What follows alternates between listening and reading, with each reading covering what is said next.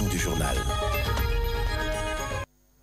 Mesdames et messieurs, bonsoir. Au sommaire de ce journal, des armes et munitions de guerre récupérées dans le bastion de la milice Zaïre au lac Albert. Cet exploit des FARDC témoigne de la collaboration entre l'armée régulière et la population de la province de l'Ituri. 1685 prisonniers libérés ce dimanche de la prison centrale de Makala, parmi eux des malades graves, une action qui s'inscrit dans le programme de désengorgement des lieux de détention.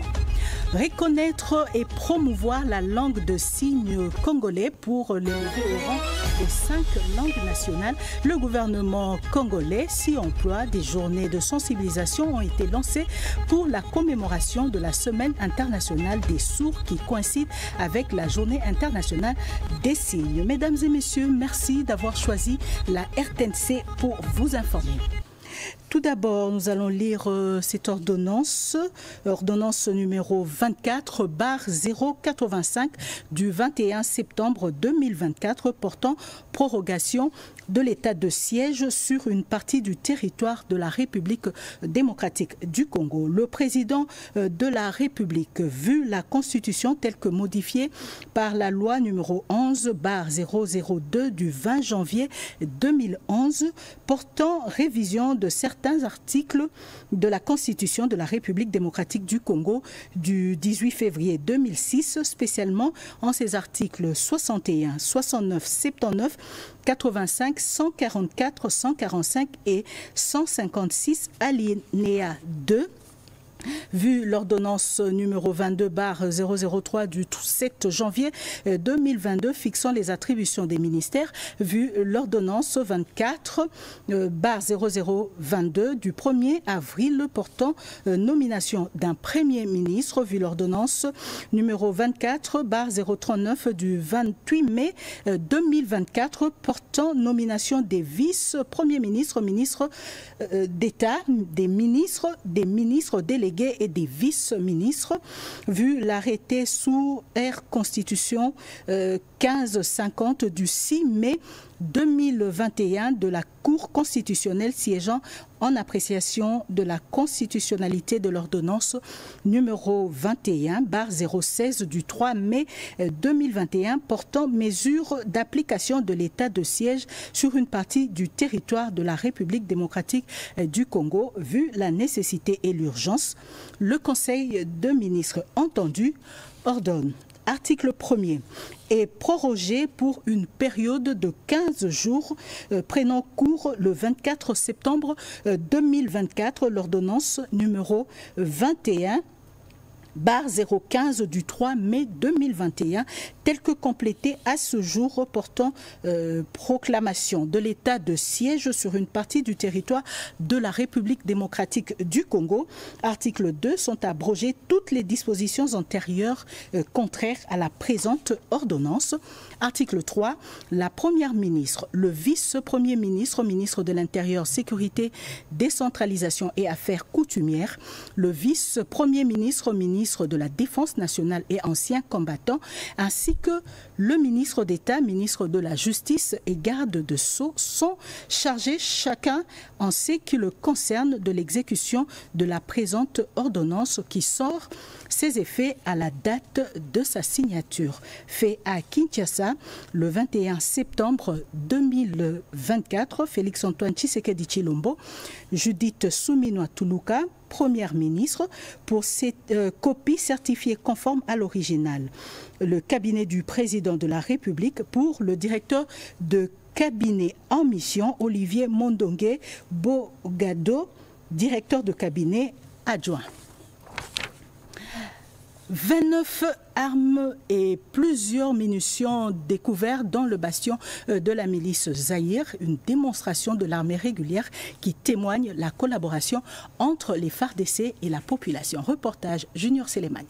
Les forces armées de la République démocratique du Congo en Ituri, plus que déterminées à mettre fin à l'activisme des groupes armés grâce à la collaboration avec la population locale. Une cache d'armes a été récupérée à Boa, bastion de la milice Zaïre, lors d'une opération de démantèlement menée le 19 septembre courant. Bilan, 29 armes AK-47, un PKM, de munitions et plusieurs autres effets militaires. Ces enjeux de guerre ont été présentés ce lundi au vice-ministre de la Défense nationale et ancien combattant, l'honorable Sami Adoubango Aoto. Occasion pour le commandant des opérations et gouverneur militaire de l'Ituri, le lieutenant-général Luboyanka Choma Djouni, de réitérer son message à la population de se désolidariser, deux ennemis de la paix. Mais au jour d'aujourd'hui, voilà ce que nous avons pu récupérer. Et Dieu est dans. Je félicite ces jeunes qui sont venus, qui ont pris tout leur courage pour nous dire, Général, nous connaissons où ils ont caché leurs armes. Général, nous connaissons où ils sont. Nous vous remercions au nom du peuple iturien. Et nous vous félicitons. Et nous vous demandons de continuer. N'ayez pas peur. Il s'agit de l'Ituri. Il s'agit de vos pères, de vos mères, de vos frères que vous êtes en train de protéger en nous donnant toutes ces caches d'armes. Et il s'agit de la paix des Ituriens. Actuellement, les forces armées mènent les opérations contre la Codeco et le groupe armé Zahir en territoire de Djougou après avoir maîtrisé la situation sécuritaire sur le littoral de lac Albert et sur la RN27 à Gina, où la population vague librement dans leurs occupations sous la protection des forces armées de la République démocratique du Congo. Vice-premier ministre de l'Intérieur a reçu ce lundi une délégation du Haut Commissariat des Nations Unies pour les réfugiés. Le HCR sollicite la collaboration du gouvernement congolais pour la stabilité des 6 millions de déplacés à l'intérieur du pays. Reportage Bobo Anan Mokondi. La situation humanitaire dans la partie orientale de la République démocratique du Congo a été au centre de discussion, avec comme principal sujet la question des déplacés internes, ainsi que les potentielles solutions durables à proposer en faveur de populations contraintes par la guerre, de déserter leurs milliers de vies. Ruvendrini Medigniwela a, lors de cette rencontre avec le vice-premier ministre, ministre de l'Intérieur et Sécurité, Jacques Chabani, sollicité la collaboration du gouvernement congolais en vue de la stabilité des 6 millions de déplacés internes du pays. On attend de son Excellence, bien sûr, une assurance de l'engagement continu du gouvernement congolais en ce qui concerne les obligations prises et les engagements pris dans le passé, en ce qui concerne la protection des réfugiés qui se trouvent ici sur ce territoire, plus de 500 000 réfugiés, mais aussi, bien sûr, en ce qui concerne les personnes déplacées à l'intérieur du pays. La haute commissaire adjointe en charge de la protection au HCR a également plaidé pour la révision de la législation nationale portant protection des réfugiés afin de l'adapter également à la situation des déplacés internes, sans oublier les rapatriements par le gouvernement dans les délais pour le respect du protocole d'accord concernant la patrie. Le patron de la territoriale nationale a rassuré sur l'actualisation de la législation congolaise en cette matière dans les tout prochains jours et réitère tout de même l'engagement du gouvernement dans la protection et assistance des réfugiés. Jacques Chabani a invité les HCR à examiner la question relative à la situation de Mbororo, éleveurs nomades tchadiens, centrafricains et sud-soudanais qui, à la recherche de pâturage, quittent leur pays pour s'installer en République démocratique du Congo. Les camionneurs angolais opèrent paisiblement sur la nationale numéro 1 sur le tronçon Kinshasa-Congo central. Contrairement aux rumeurs, la vice-ministre de l'Intérieur était sur le terrain. Reportage. Il n'y a aucune tracasserie routière contre les camionneurs angolais en République démocratique du Congo sur le tronçon route nationale numéro 1 Kinshasa-Congo central. La vice-ministre de l'Intérieur, Sécurité et Décentralisation, Eugénie Tchelakamba, s'est rendue sur place pour vérifier l'information. De Selembao à Mitende jusqu'à Kassangoulou, voir les contournements retour de Kassangoulou au rond-point Ngaba, où le numéro 2 de la territoriale au pays a emprunté la route. Le trafic est normal et paisible pour les patriotes africains de la République serbe d'Angola, contrairement aux fake news lancées sur les réseaux sociaux. Nous sommes très flattés par cette descente de ces membres du gouvernement pour nous réconforter. Occasion également pour la vice-ministre de l'Intérieur, Eugénie Tchelakamba, de s'entretenir avec les camionneurs congolais en grève. Ce, après avoir donné les instructions pour la reprise de la libre circulation des camions de marchandises bloqués à Loufou, à Selembao, suite à l'appel des syndicalistes. Notre gouvernement souminois, sous l'impulsion du chef de l'État, Félix-Antoine Tshisekedi Tshilombo, ne vous a pas abandonné. Votre dossier est sur la table. Ma présence ici témoigne cela. Je vous prie de reprendre le travail.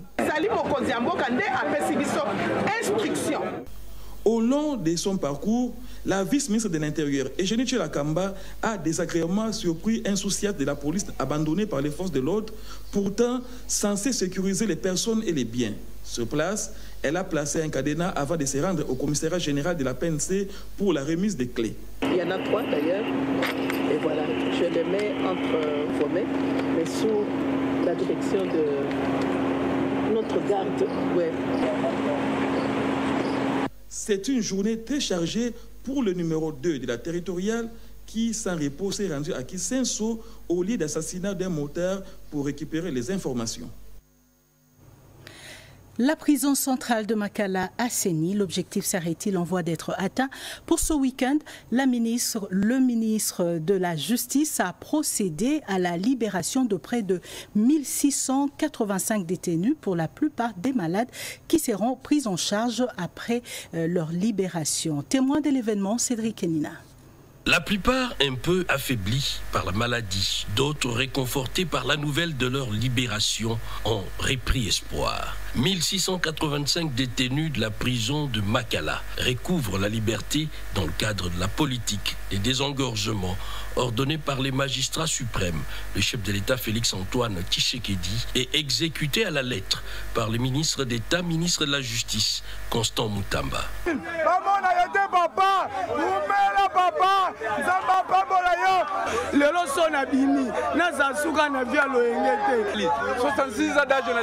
Avec mes 66 ans, c'est la première fois que je fasse la prison. Mais avec cette grâce, je suis très content. Loin de leur cellule, ces désormais ex-pensionnaires des Makala vont bénéficier des soins de santé appropriés pour leur réintégration dans la communauté. Des bus du ministère de la Justice ainsi que d'autres, la société Transco, ont été mis à la disposition de ces ex-détenus, plus particulièrement à la disposition des cas des maladies graves. Dans l'entretemps, des instructions ont été données à la directrice intérimaire de cette prison de veiller à la santé des pensionnaires, de contacter urgemment un service spécialisé pour désinfecter les différents pavillons, de procéder à l'approvisionnement en médicaments pour les centres de santé.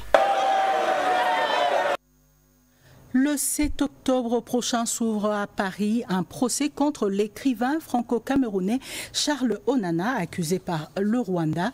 Les Congolais se mobilisent pour soutenir ce panafricaniste qui défend la cause de la RDC. Serge Kouete, président des Amis de Charles Onana, est au micro de Joseph Oscar Mbalkaïch.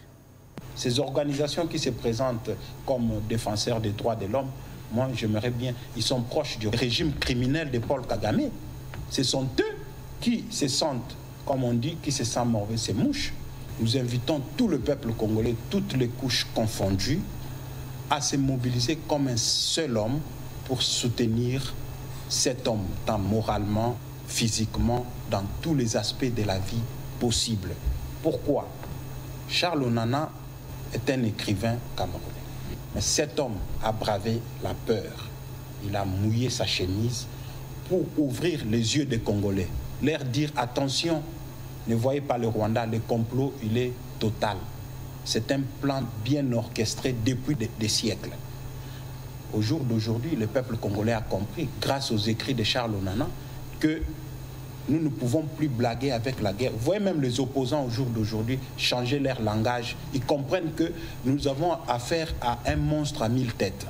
Ce qui fait que grâce aux écrits de Charles Onana, ces porte-parole de millions de Congolais tués à l'est du pays et défenseurs de la souveraineté de notre pays est au cœur d'une tempête judiciaire à Paris pour la cause du Congo. Ce procès n'est pas un procès contre Charles Onana. C'est un procès sur la vérité du génocide au Congo.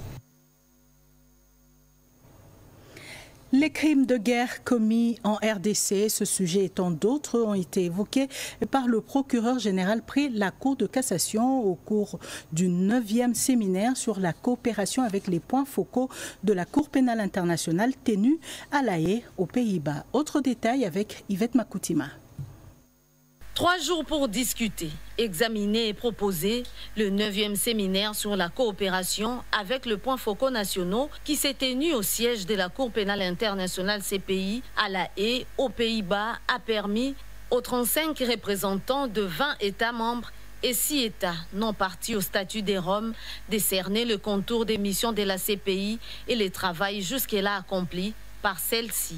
La voix de la RDC a été portée par le procureur général près la Cour de cassation Firmin Vondemambou et Taylor Lubanga, point focal national et chargé des missions du chef de l'État qui ont reprécisé les liens statutaires existants entre la RDC et la CPI avant d'évoquer la perspective d'une cour spéciale pour les crimes commis en RDC. La RDC a apporté naturellement comme première ressource de son expérience qui a pu profiter aux autres pays. À ce séminaire, il a été question d'une coopération efficace et efficiente. Les perspectives en termes de création des jours à venir, une cour pénale spéciale pour le Congo, pour pouvoir éradiquer les crimes indépendamment de l'errement des commissions, allant d'avant l'entrée en vigueur des statuts de Rome. Il s'agit ici de préciser l'engagement de son Excellence Monsieur le Président de la République à lutter contre l'impunité des crimes les plus graves. De son côté, le procureur de la Cour pénale internationale CPI, Karim Khan, a salué le rôle combien essentiel joué par le point focaux. Ce séminaire est une concrétisation du lien en constante évolution et renforcement entre la CPI et les juridictions nationales dans la lutte commune contre l'impunité. Au Sénat, le président Samalou Konde Kyenge a reçu ce lundi les 26 présidents des assemblées provinciales de la RDC d'une part et d'autre part le gouverneur de la province du Tanganyika. La situation de ces différentes provinces était au cœur des échanges, nous dit Janine Kalinga.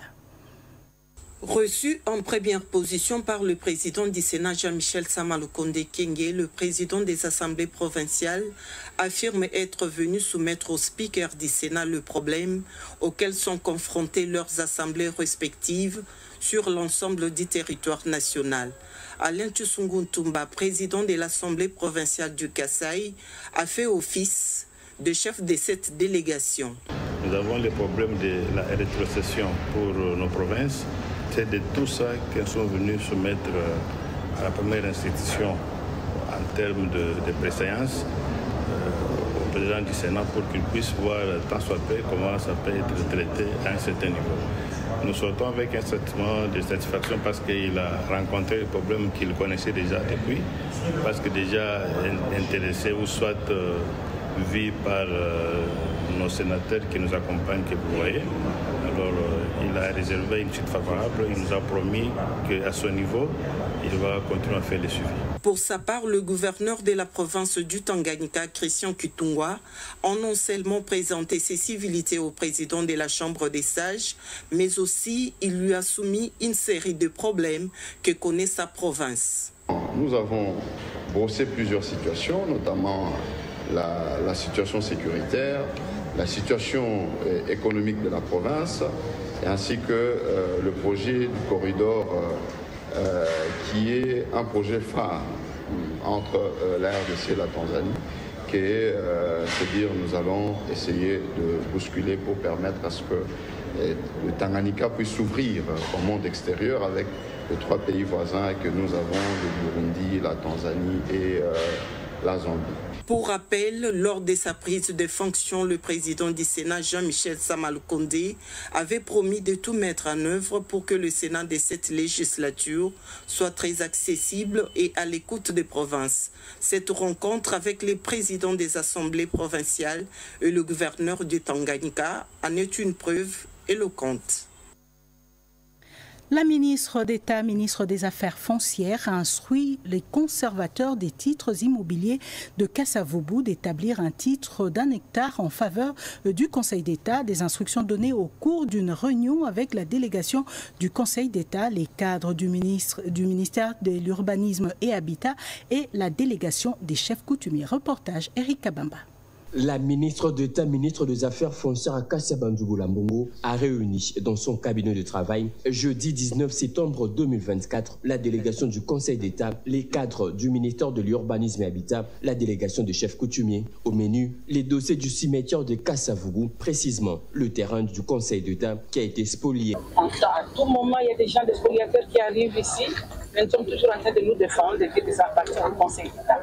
Donc cessez de venir chercher des terrains dans ces terrains qui est conseil.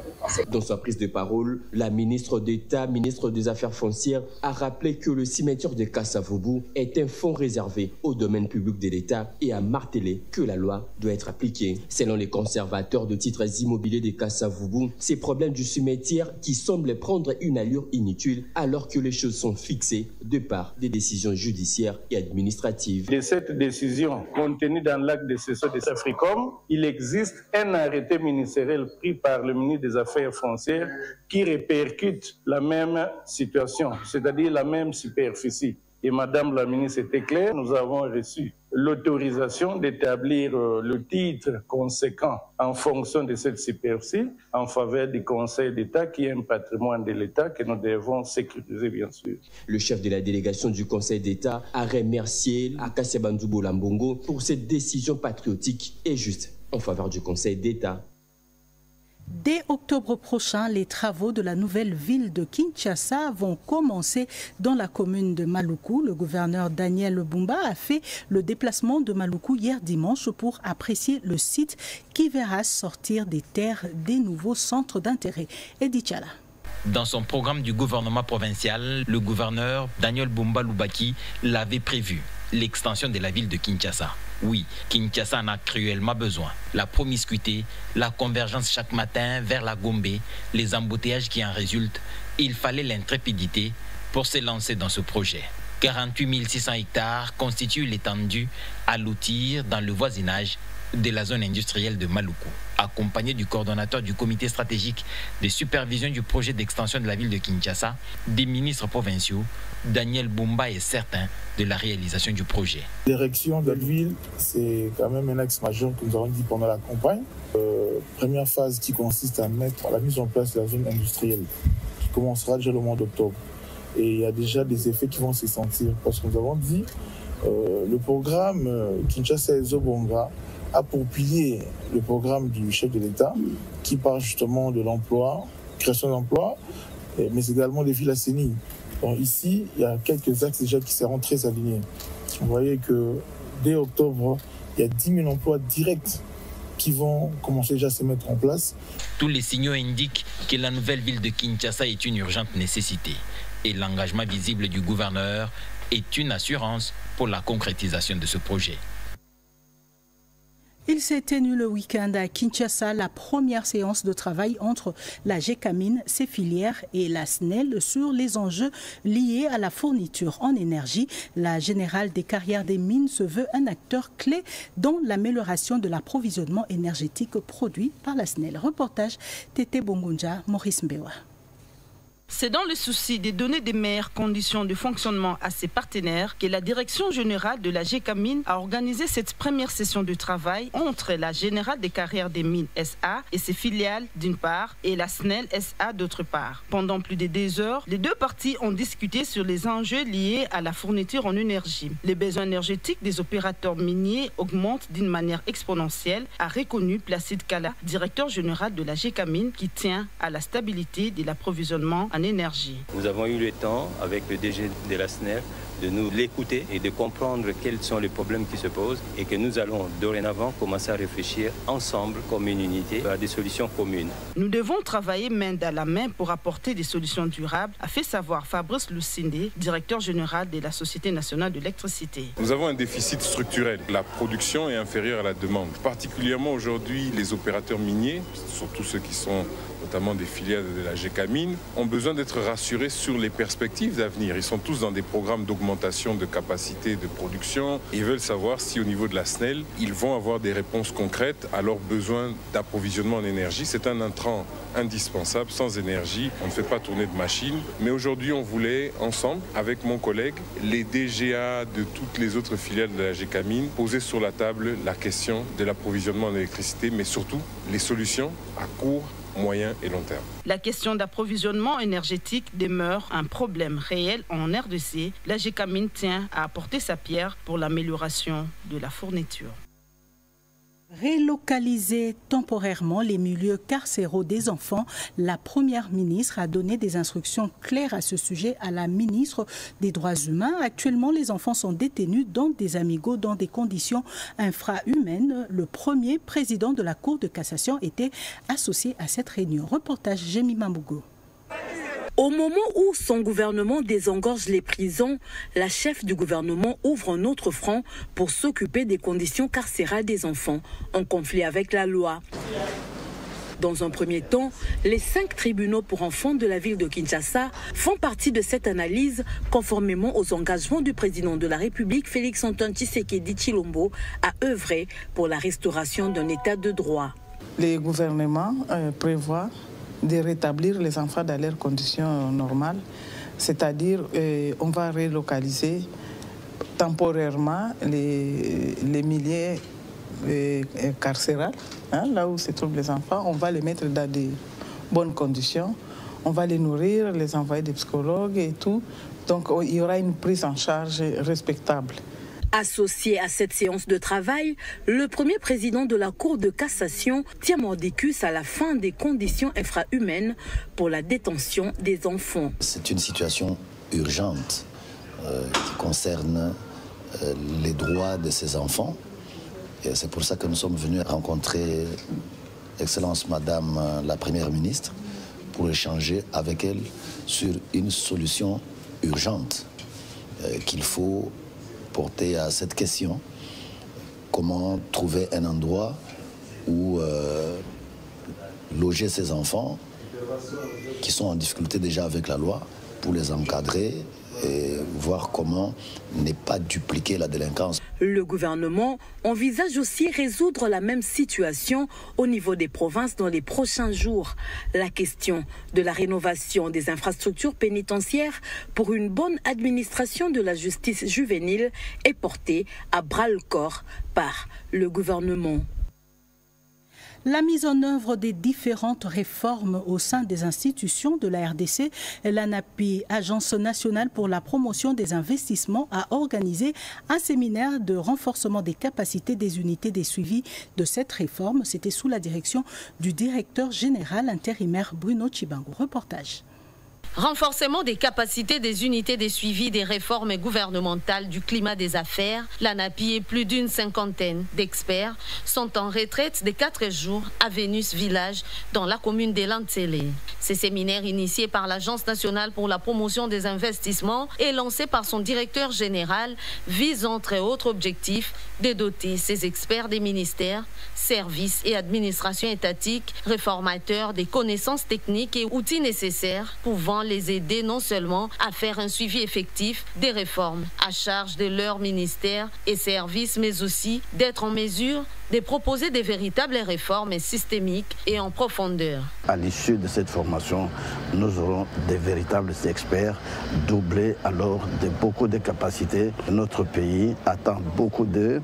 Le président de la République lui-même attend beaucoup d'eux parce que notre pays ne peut pas avancer, avoir suffisamment d'investisseurs si le climat des affaires n'est pas assaini. La nouvelle feuille de route consolidée par les services techniques de l'ANAPI a été transmise au vice-premier ministre et ministre du Plan et de la coordination de l'aide au développement qui devrait, dans un futur proche, convoquer la réunion du comité de pilotage du groupe thématique climat des affaires, partenariat public-privé, promotion des investissements et de l'emploi, en vue de son examen et sa validation au niveau de cette instance ministérielle.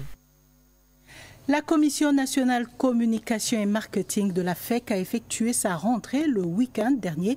La réunion était l'occasion pour le président de la commission de présenter le nouveau bureau ainsi que les grands axes stratégiques pour les prochains mois. Reportage Lucie Lavici-Senda, Patrick Achala.